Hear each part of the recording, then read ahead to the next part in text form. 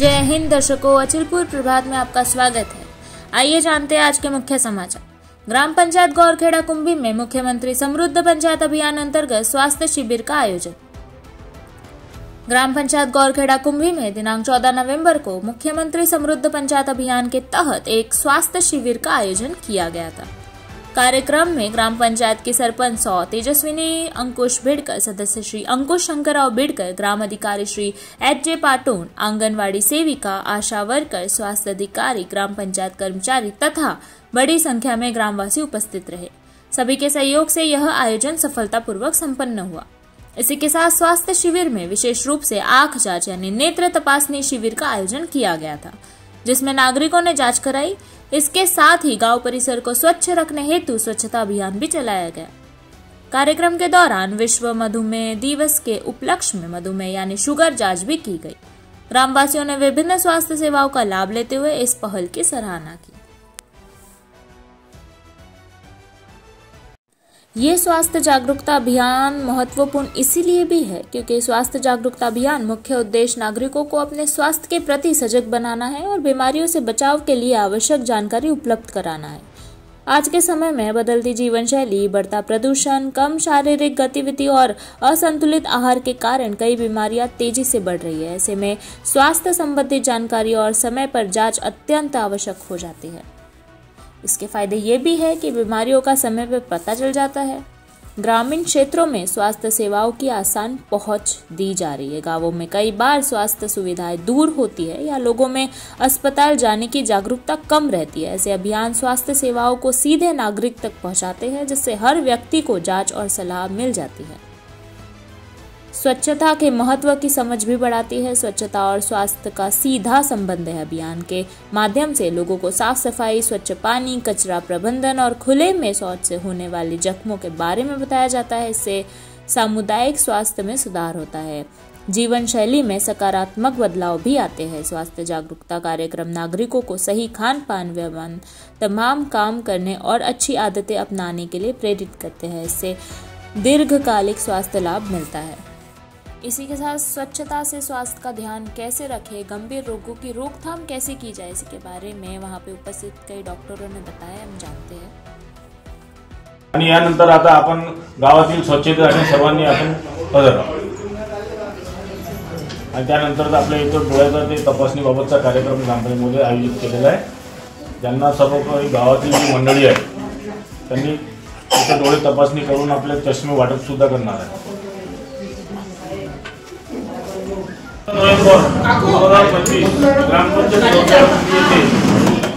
मुख्यमंत्री समृद्ध पंचायत राज अभियान अंतर्गत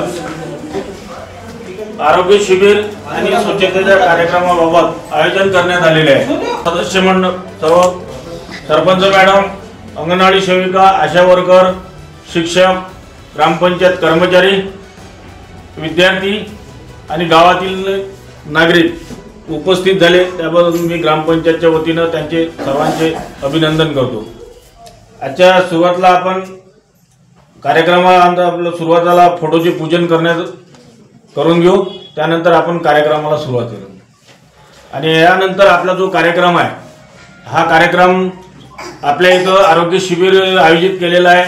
आपल्या दवाखान्यामध्येच मॅडम आहे ना, दवाखान्यामध्ये सर्व आरोग्य म्हणजे तपासण्या होणार आहे।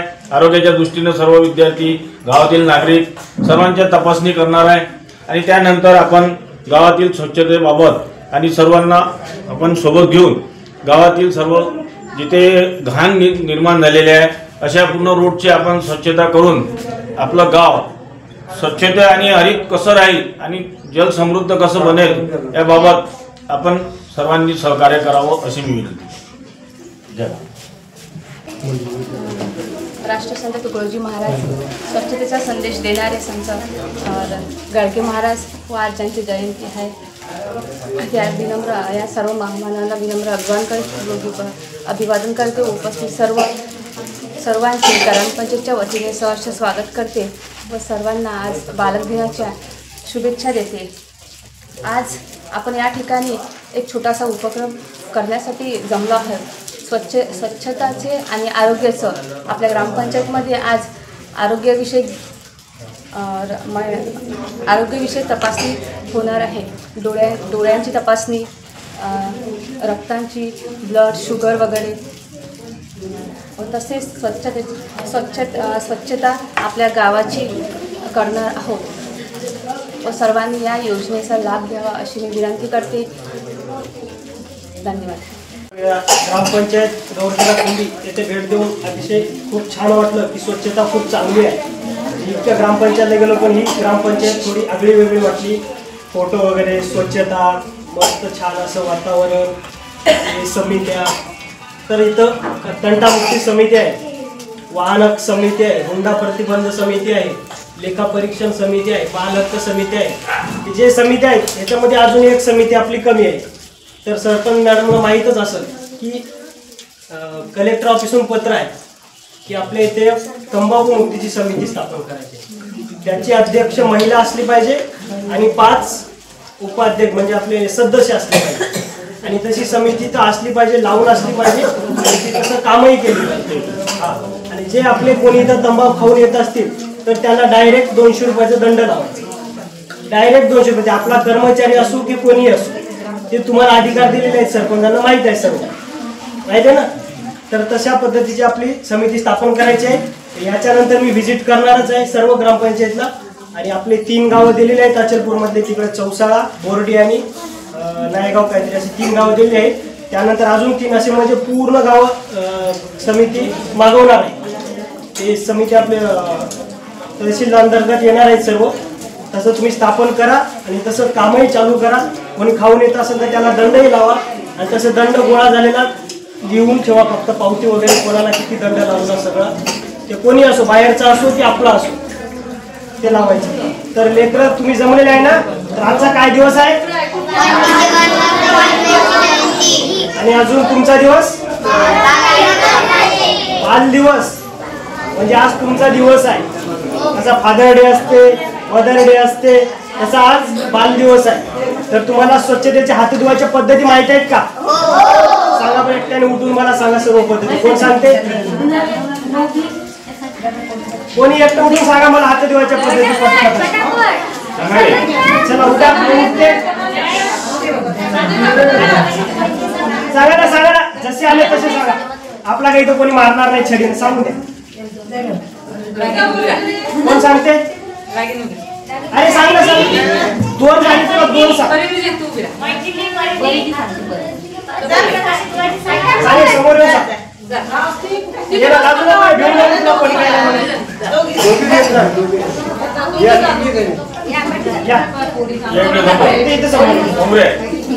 शांत बसा सर्वांनी. आता या 3 मुली तुम्हाला हात धुवायच्या पद्धती सांगतात, ऐकून घ्या. सांगा. स्टेप वाईज सांगा. 1 नंबर, 2 नंबर. जेवणाच्या पहिले हँडवॉशने हात धुवायचे. त्यामुळे कॅन्सर होतो, फुफ्फुसे खराब होतात आणि आपले हातपाय चांगले नाही आणि आपण कॅन्सर झाल्यामुळे मरू पण शकतो. काय वाजवा सर्वांनी. खूप छान अशी माहिती सांगितली. नाव काय तुझं? जयने खूप छान माहिती सांगितली आणि ती पूर्णतः खरोखर माहिती आहे ती की फुफ्फुसे खराब होतात, फुफ्फुसे पूर्णतः काळे जर होऊन जातात ते धूम्रपानानं. धूम्रपान म्हणजे आपलं ब्रिस्टॉल असते, ब्डी असते, त्याच्या धूम्रपानानं पूर्णतः ते काळं होऊन जाते. अजून कोणतं सांगितलं तू? कॅन्सर. आपलं गाठी असतात ना, गाठी शरीरावर गाठी येतात आणि ते फुटून जातात. त्याच्यातून खराब पाणी निघते आणि ते कॅन्सरची गाठ असते. त्यामुळं अजून हे चेहरा जो असतो ना ते पूर्ण मधून फुटून जातो. असा मधून पूर्ण जेवता येत नाही, पाणी सुद्धा पित नाही. एवढं खराब पेशंट येतात आमच्याकडे. तुम्ही जर बघितले ना तर तुम्ही घरी तर सांगशाल तुम्ही रडशाल असं जाग्याला बघून. एवढे खराब पेशंट येतात आम्ही पाहता. त्याचं कारण फक्त आणि फक्त तंबाखू आहे, बाकी काहीच नाही. नालीत टाकून द्यायचं. कोण सांगला आता? हा, तर ते नालीत टाकायचं म्हणजे ते नालीतलं घेत नाही, ते अजून उद्या घेतात. दररोजच करायचं आपण. जोपर्यंत ते बंद करत नाही तोपर्यंत करायचं. म्हणजे तैलाच लाज वाटते की आपल्यापेक्षा लेकरू आपल्याला काहीतरी चांगला संदेश देत आहे. पण ते काही दिवसांना, आज उद्या 15 दिवस, महिनाभराला तरी लाजतील, तरी ते कमी करतील. कमी करत करत पूर्णतः बंद करतील. म्हणजे याच्यापासून तुम्ही खूप छान त्यातला दुवा बनणार आहे. कारण का मी तर सांगतो, पण तुमच्या सर्वांचे आई वडील माझ्याकडे येणार आहेत काय? जे दवाखान्यात आलं त्यांना आम्ही सांगतो, पण तुम्हाला जे आम्ही शाळेत येऊन सांगतो, तुम्ही ते जास्त संदेश तुम्ही घरापर्यंत पोहोचू शकता. मी एकटा तुमच्या सर्वांच्या घरापर्यंत येणार आहे काय? मजेच. मी माधव भारत मेंढके, उपजिल्हा रुग्णालय अचलपूर येथे एनसीडी विभागात समुपदेशक या पदावर कार्यरत आहे. इथं एनसीडी विभाग म्हणजे बीपी आणि शुगरचे, आणि इथं आशा वर्कर ANM जे आहेत, इथं जे बीपी शुगरचे पेशंट आहेत त्यांना उपजिल्हा रुग्णालय अचलपूरला पाठवून द्या, कारण का तिथून दर महिन्याच्या गोळ्या महिन्याला गोळ्या भेटतात. इथं आपल्या उपकेंद्रात तर भेटतच असतील, 4-5 दिवसात जर भेटत असतील तर तिथं आपण 1-1 महिन्याची टॅबलेट देतो पूर्ण, म्हणजे 1ही रुपये नाही लागत. आपण डायरी बनवून देतो आम्ही, आणि तिथून दर महिन्याला 1-1. तुम्हालाच सांगते प्रॉब्लेम एकदम डायरेक्ट नाही आमच्याकडे. लेडीजचा जसा प्रॉब्लेम होतो, कोणाला गाठ असते छातीमध्ये है ना, कोणाला आणखी काही प्रॉब्लेम असते, मासिक पाळीचा प्रॉब्लेम असते, असा खूप खूप दिवसाचा असा काही असतं ना, तर तसे पेशंट जर तुम्हाला भेटत असेल काही प्रॉब्लेम असेल गायनॅकचा, ते आपल्याकडे पाठवू शकते एनसीडीला. 26 नंबरला अचलपूरला. तिथं जर पाठवला, तिथं जर गायनॅक मॅडम असते 26 नंबर 26 हा, ते सर आणि आम्ही सोबतच तिथंच आहे. म्हणजे कसं ते महिलांना खूप असं असते, पण सांगत नाही. जोपर्यंत सांगतणार नाही, माहीत कसं पडणार आहे की नाही. जर तुम्हाला त्यांनी सांगितलं तर तुम्ही आम्हाला सांगू शकते की बा इथं जा तिथं जा. मग आम्ही जर पुढचं असेल तर आपलं सुपर हॉस्पिटलमध्ये सगळे प्रकारचे कॅन्सरचे तज्ज्ञ येते. ओरल असो, ब्रेस्ट असो, सर्व्हिक्स असो, कोणते असो, ते सगळं येते. तिथं फ्रीमध्ये चेकअप होते. फक्त आपल्याला कसं गाईड करणं आहे त्यांना, आणि विचारणं आहे तुमचं सायन्स सेंटर काय आहे, तसं काय तर मॅडम आहे, मॅडमला सांगते. तर अजून असतील ना भरपूर लोक सांगा. आठवड्यातले काही दिवस आहे कधी पाठवून द्या, फक्त सुट्टीचा दिवस सोडून. आणि खूप लोकांचा गैरसमज आहे की सरकारी दवाखान्यात टॅबलेट भेटत नाही, हे चुकीचं आहे. तुम्ही फक्त येऊन भेट द्या, तिथं सर्व ट्रीटमेंट चालू आहे. तिथं फ्रीमध्ये गोळ्या भेटतात 1-1 महिन्याच्या, बीपी असो शुगर असो. तिथे यायचं आणि भेट द्यायचं. शुगर चेक करून प्रॉब्लेम वाढलेला आहे. ते छोटे छोटे गाठी असते, ते कमी याच्यात केल्या की लवकर ट्रीटमेंट होते. जर ते 3रा आणि 4थ्या स्टेजमध्ये गेले तर कुठं असते पेशंट, मग किमोशिवाय दुसरं करायला नसते. म्हणून छोटं जर गाठी असलं तरी लवकर डॉक्टरला दाखवतो. आणि आपण इथून रेफर करतो सुपर हॉस्पिटलला. सुपर हॉस्पिटलला आपण इथून रेफर शीट घेऊन गेलो तर तिथं पूर्ण फ्रीमध्ये होते. सगळं दिवस आहे, ते दिवसानुसार आपण पाठवतो. सगळे विषय तसेच आहेत. तरी आज बालदिनानिमित्त मुलांना त्यांचा आता स्वच्छतेविषयी सरांनी एक सांगितलं. कुणाला लक्षात राहिलं हात धुण्याचे काय काय आहेत? एकाने उठून सांगा. परिणाम झाला. पहिला नमस्कार देवाला देवाला पाण्याचा देवा गरी मासोरी पाळ सोपते अंगूठा पहिला घास चिवचा दुसरा घास काऊचा आई घालते बांगड्या बाबाच्या हातात घडी जेवण करा शक्ती होती बरोबर. सांगितली गोष्ट की असं असं करायला तर ती लक्षात नाही राहत, पण आता त्यांनी किती पटकन सांगितलं की म्हणजे ते गाणंही तुमच्या लक्षात राहतं, आणि तुम्हाला हात धुवायचे सगळे नियम जे सरांनी सांगितले ते आले ना त्याच्यामध्ये, आले ना जे स्टेप्स असतात हात धुण्याच्या, त्या सगळ्या त्याच्यामध्ये आल्या. तर हे आपण हाताची स्वच्छता कधी कधी करायची?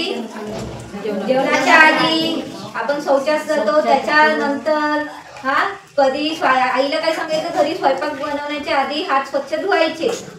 बरोबर आहे, कारण आपण ज्या हाताने स्वयंपाक बनवतो ते हात स्वच्छ पाहिजे ना, तर आपल्याला चांगलं लागतं ना अंगाला. सांगणार घरी पण सर्वांना सांगायचं, हे फक्त तुमच्या पुरती मर्यादित नाही, घरच्यांना सगळ्यांना स्वच्छतेविषयी हे माहिती द्यायची आहे. आता दुसरा विषय आहे आपल्याकडे महिलांची, आज आपण रक्त तपासणीचा कॅम्प ठेवलेला आहे. तर माझी विनंती आहे की सर्व महिलांनी आपल्याकडे रक्त तपासणी करून घेण्यात यावी. त्याच्यामध्ये आपण सगळे साधं रक्त, थायरॉइड वगैरे सगळी तपासणी आहे, तर तिथे तपासणी करून घेण्यात यावी. कारण सध्या असं निदर्शनास आलेलं आहे की रक्त म्हणजे हिमोग्लोबिन कमी असण्याचं प्रमाण बायकांमध्ये जास्त आढळत आहे. त्यासाठी आता गावोगावी कॅम्पचं अरेंजमेंट ठेवायला सांगितलेलं आहे. त्यानिमित्तच आपण अहिल्याबाई होळकर अंतर्गत हा कॅम्प, आणि ते ग्रामपंचायतचं पण आज होतंच आरोग्य तपासणीचं कॅम्प, त्या अंतर्गत हा कॅम्प ठेवलेला आहे. तरी सर्वांनी बाबा रक्त तपासणी करून घेण्यात यावी. तिसरा मुद्दा असा आहे की असं लक्षात येत आहे की आपल्या ग्रामपंचायतमध्ये तरी नाही, पण इतर ग्रामपंचायतच्या कार्यक्षेत्रामध्ये 18 वर्षाखाली लग्न झालेल्या गरोदर असलेल्या माता आढळत आहेत. माझी सर्वांना इथे जे उपस्थित आपले बचत गट आहे, अंगणवाडी सेविका आहे, त्यांना ही विनंती आहे की आपल्याकडे पॉस्को कायदा आलेला आहे. माहिती आहे का पॉस्को कायदा? अंगणवाडी वाल्यांना माहिती आहे का पॉस्को कायदा काय आहे? बचत गटावाल्यांना सांगा. पॉस्को कायदा अंतर्गत असं आहे, 18 वर्षाच्या खाली लग्न होणं मुलांचं हा कायद्याने गुन्हा आहे. आणि त्या अंतर्गत आता पूर्वी तरी फक्त दंड असायचा, पण आता जेल होते. त्याला नॉन बेलेबल ऑफेन्स आहे तो, म्हणजे त्याला जामीन नसते. तर आपला याच्यामध्ये रोल काय आहे? आरोग्य डिपार्टमेंटमध्ये आमचं 18 वर्षाखालील याच्यासाठी गरोदर माता आढळली तर ती पॉस्को अंतर्गतच येते, कारण ती पूर्णपणे ॲडल्टमध्ये झालेली नसते. 18 वर्षाच्या वर असेल तर काही प्रॉब्लेम नाही. 18 वर्षाच्या खालचं हा कायद्याने गुन्हा आहे. तर अशी कुठलीही आपल्या इथे मध्ये आता नर्सरीमध्ये बुरडघाटची एक पेशंट होती आलेली, ती वाडीत राहत होती. आम्हाला त्याची माहिती भेटली, आम्ही तपासणी केली आणि त्या अंतर्गत आपले पोलीस पाटीलच्या म्हणजे सहाय्याने आपण ते गुन्हा दाखल केला. तर माझी हीच विनंती आहे की शक्यतो तुमच्या बचत गटद्वारे ही जनजागृती करा की मुला मुलींचं लग्न करण्याचं वय हे 18 वर्षावरच आहे. 18 वर्षाखाली जरी कुणी असं करत असेल तर तो कायद्याने गुन्हा असतो. पुढे जाऊन खूप त्रास होतो, कारण पोलिसांच्या चक्रावर मारायला लागतात, कारण हा पोलिसांचा गुन्हा हे दाखल करायला लागतात आणि तोही नॉन बेलेबल ऑफेन्स आहे. तर तुम्हालाही माहिती काही आढळली तर आपल्याकडे अंगणवाडी सेविका, आरोग्य सेविका यांना माहिती द्या, कारण ते गुन्हा आहे. आणि असे आता आपल्या कार्यक्षेत्रात ही बाहेरची होती, पण एखादे आपल्या इथे आढळू शकते, म्हणून थोडेसे सतर्क राहा कायद्यात. कारण आपल्याकडे मला तसं असते ना बालविवाह लोक समिती त्याच्यात बालविवाह मग ती एक समिती असते प्रत्येक ग्रामपंचायतमध्ये. त्या समितीच्या सदस्यामध्ये पोलीस पाटील असतात, अंगणवाडी सेविका असते आणि ग्रामपंचायतचे सदस्य असतात. तुम्ही यापैकी कोणालाही माहिती देऊ शकता. ठीक आहे. आपका परिचय? डॉक्टर मानसी, समुदाय आरोग्य अधिकारी, गौरखेड़ा दवाखाना. इसी के साथ स्वच्छता अभियान भी चलाया गया। स्वच्छता अभियान का मुख्य उद्देश्य गांव और नगरों में स्वच्छ, स्वास्थ्य और सुरक्षित वातावरण का निर्माण करना है। स्वच्छता केवल सफाई तक सीमित नहीं है, बल्कि ये जन स्वास्थ्य, पर्यावरण संरक्षण और सामाजिक विकास से गहराइयों में जुड़ी हुई है। गंदगी, कचरे का अनुचित निपटारा और दूषित पानी कई संक्रामक बीमारियों को जन्म देता है। स्वच्छता अभियान के माध्यम से लोगों को सफाई के महत्व, हाथ धोने के, शौचालय उपयोग और कचरा प्रबंधन के बारे में जागरूक किया गया। इससे मलेरिया, डेंगू, दस्त संक्रमण जैसी बीमारियों को रोका जा सकता है, इसके बारे में भी बताया गया। पर्यावरण संरक्षण में सहयोग भी किया गया। कचरे का सही ढंग से पृथक्करण और निपटारा, प्लास्टिक के उपयोग में कमी, पेड़ पौधे की देखभाल और पानी का संरक्षण, ये सभी स्वच्छता अभियान का हिस्सा है। इससे पर्यावरण संतुलित रहता है और प्राकृतिक संसाधनों की रक्षा होती है। सरकार की योजनाओं का प्रभावी क्रियान्वयन, स्वच्छता भारत मिशन और अन्य सरकारी योजनाओं के तहत शौचालय प्रबंधन और स्वच्छता सुविधाओं को मजबूत किया जाता है।